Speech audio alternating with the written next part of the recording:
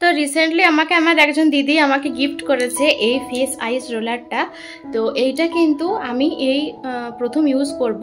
আমি এটা অনেক দিন আগে হাতে পেয়েছি, বাট ইউজ করা হয়নি এতদিন। এরপর ভাবছি ইউজ করব। তো এইটার মধ্যে জল দিয়ে বরফটা রেডি করে ফেসে লাগাতে হয়। এটা তোমরা হয়তো অনেকেই দেখেছো, দাঁড়াও তোমাদেরকে একবার জিনিসটা বের করে দেখাই। যে এটা হচ্ছে এই জিনিসটা, এটার মধ্যে জল ভরে, এইটার মধ্যে দিয়ে পুরো জলটা ভরে, তারপরে এই যে এটার মধ্যে এটা খোলা যায় এভাবে, এটার মধ্যে পুরো জলটা ভরে তারপরে কিন্তু ডিপ ফ্রিজ করে দিলেই এটা রেডি হয়ে যায়। তো এটা আমি প্রথম ইউজ করতে চলেছি। তো ভাবলাম আমার যেহেতু খুবই সেনসিটিভ স্কিন, তো শুধু জলটা ইউজ না করে ভাবলাম একটু অন্যভাবে ইউজ করা যাক। তো কীভাবে ইউজ করে সেটা তোমরা দেখো।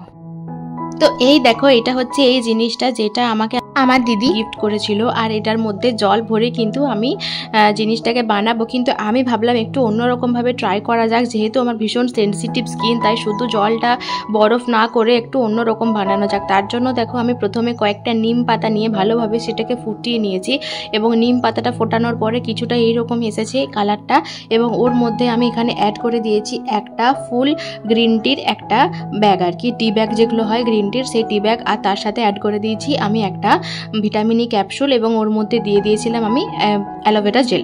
তো এই সমস্ত কিছুকে মিক্স করে আমি ভালোভাবে সেটাকে মানে কন্টেনারে ভরে নিয়েছি, এবং তার মধ্যে আমি কন্টেনারের ঢাকাটা আটকেও দিয়েছি। তো এইটা ছিল তার পরের দিনের ভিডিও, তোমরা দেখে বুঝতেই পারছো। এটা আমি 24 ঘন্টা ফ্রিজ করতে দিয়েছিলাম। তো চলো দেখা যাক এটা কেমন এসেছে। আমি কিন্তু এটাই প্রথম ইউজ করছি, তাই আমার ঠিক জানা নেই যে এটা কেমন আসতে পারে বা কেমন এসেছে। তো এখানে দেখো যেটুকু আমি বুঝতে পারলাম যে খুব ভালোভাবে হয়তো বরফটা বসে গেছে, তাই ভগবানের নাম নিয়ে আমি এটাকে খোলা শুরু করি। তো প্রথমে তো এটাকে আমি খুলতে একদমই পাচ্ছিলাম না, তোমরা দেখতেই পাচ্ছ এদিক ওদিক অনেক চেষ্টা করছিলাম। তো যেহেতু এটা 24 ঘন্টার মতো ফ্রিজ করা ছিল, সেই কারণে একটু বেশি টাইট হয়ে বসে গিয়েছিল।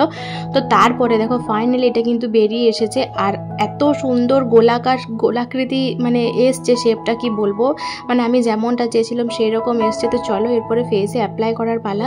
প্রথমে তো আমি ফেসে অ্যাপ্লাই করতে একদমই পারিনি, আমার ভীষণ ঠান্ডা লাগছিল, আর আমি প্রচুর মানে কি বলবো প্রচুর ঠান্ডা লাগছিল বলে লাগাতে পারছিলাম না। কিন্তু তারপর দেখো আমার ধীরে ধীরে ইউজ করতে করতে এটা সহ্য হয়ে গিয়েছিল বলে আমি দেখো সুন্দরভাবে কিন্তু এখন লাগাতে পারছি। তো এইটা আমি আরও বিভিন্ন রকমের জল দিয়ে এক্সপেরিমেন্ট করব। আজকে আমি নিম জল দিয়ে এক্সপেরিমেন্ট করেছি, আমি আরও যা যা মানে যেগুলো স্কিনের জন্য ভালো সেগুলো দিয়ে এক্সপেরিমেন্ট করব।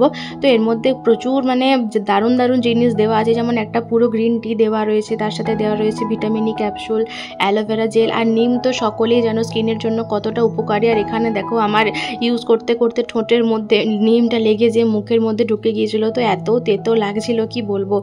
তো যাই হোক পুরো মুখটাই আমি ভালোভাবে অ্যাপ্লাই করে নিচ্ছি। এটার রেজাল্ট কেমন আসে সেটা হয়তো আমি 2 দিন পরে বুঝতে পারবো। যদি কোনো খারাপ রেজাল্ট আসে তাহলে অবশ্যই এটাকে স্কিপ করে যাবো, তবে আমার মনে হয় না কোনো খারাপ রেজাল্ট আসবে বলে। আমার স্কিনে কিন্তু প্রচণ্ড পরিমাণে ওপেন পোর্সও রয়েছে, আর আমি শুনেছি নাকি বরফ ইউজ করলে ওপেন পোর্সটা অনেকটা ঠিক হয়, মানে অনেকটা মিনিমাইজ হয়ে যায় ওপেন পোর্সটা। তো সেই কারণে দেখো আমি বেশ ভালোভাবে ঘষে ঘষে রগড়ে নিম দিয়ে বরফ বানিয়ে এটাকে বানিয়েছি। আর আমার দেখো ওই যে জায়গাগুলো ব্লাশ করে সেই জায়গাগুলো বরফ লাগানোর জন্য কেমন লাল লাল হয়ে গেছে, এটাকে বলে ন্যাচারাল ব্লাশ। আর আমার দেখতে বেশ ভালো লাগছিল যে আমি কোনো রকমের কোনো কিছু ইউজ না করি আমার এত সুন্দর ব্লাসি স্কিন পেয়ে গেছি। তো এই বরফ লাগানোর পর কার কার স্কিন এরকম রেডনেস চলে আসে, লাল হয়ে যায় জানিও। তো রেজাল্ট কেমন আসে দেখার জন্য অপেক্ষায় রইলাম। টাটা।